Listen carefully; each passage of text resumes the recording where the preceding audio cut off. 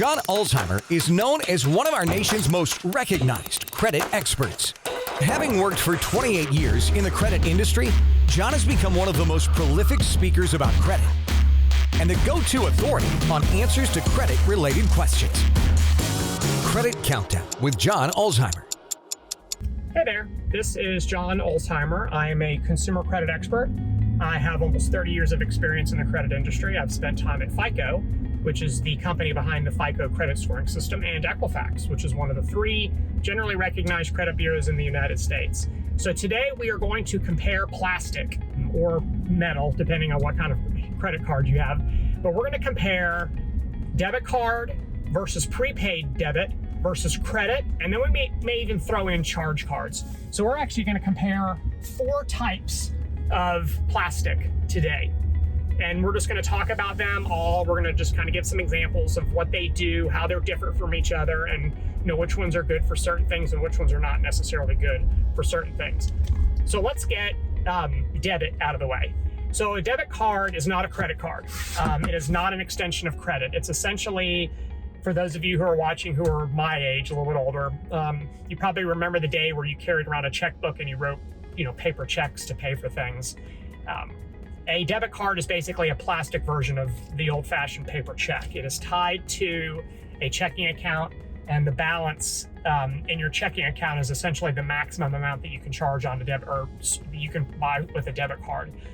Once you've swiped and used all the money in your checking account, your debit card is no longer good until you put more money in the checking account. You cannot get into debt using a debit card because debit cards use your money to pay for things. You also do not establish credit or rebuild credit using a debit card, despite all the incorrect information you're going to find online. Debit cards are not reported to the credit bureaus because they are not extensions of credit. Number 2, prepaid debit. Prepaid debit is what's referred to as a stored value card. A prepaid debit card is really not that different than the gift card you can buy for somebody at the mall. A $20 Starbucks card or a $50 Home Depot card. Prepaid debit is really similar to that, meaning that you have purchased this card and it's got a loaded amount on it and you've already paid for it, and you can use that card and swipe it and buy stuff at the particular merchant or with any merchant that takes that type or form of payment. Prepaid debit is not tied to any particular account.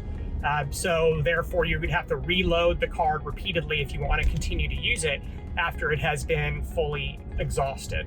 You do not establish credit using prepaid debit. Prepaid debit is not an extension of credit.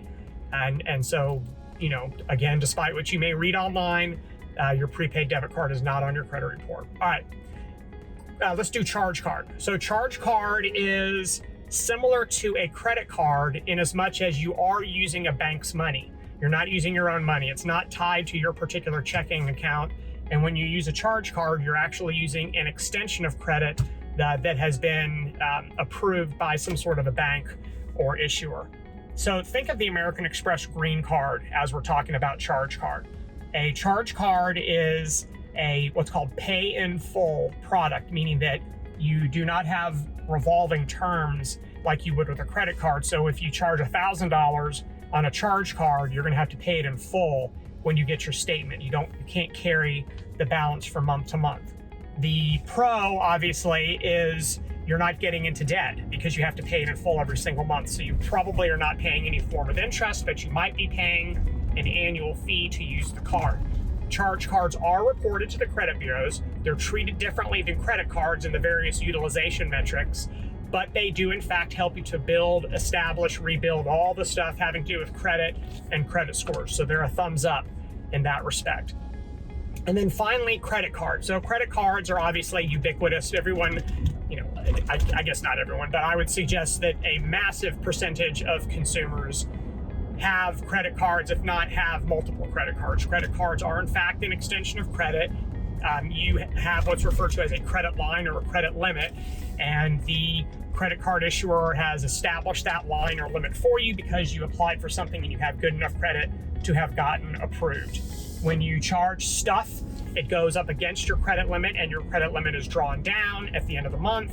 You can either pay it in full and you get your full credit limit back, or you can pay it some sort of a minimal amount or less than the full amount and you only get a portion of your credit limit back. If you carry a balance On a credit card, meaning that you do not pay it in full every month, you're referred to as a revolver, and you're revolving some form of the balance or some amount of the balance month over month over month.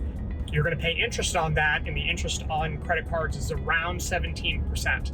It's pretty expensive. Credit cards are fantastic for helping people to establish, build, rebuild credit, the whole thing, and to establish or rebuild credit scores. Credit cards are vilified by consumer advocates. It is entirely unfair that they're vilified because credit cards are one of the very few extensions of credit where interest is optional. If you pay your card in full every month, then it doesn't matter what your interest rate is because you're not paying interest.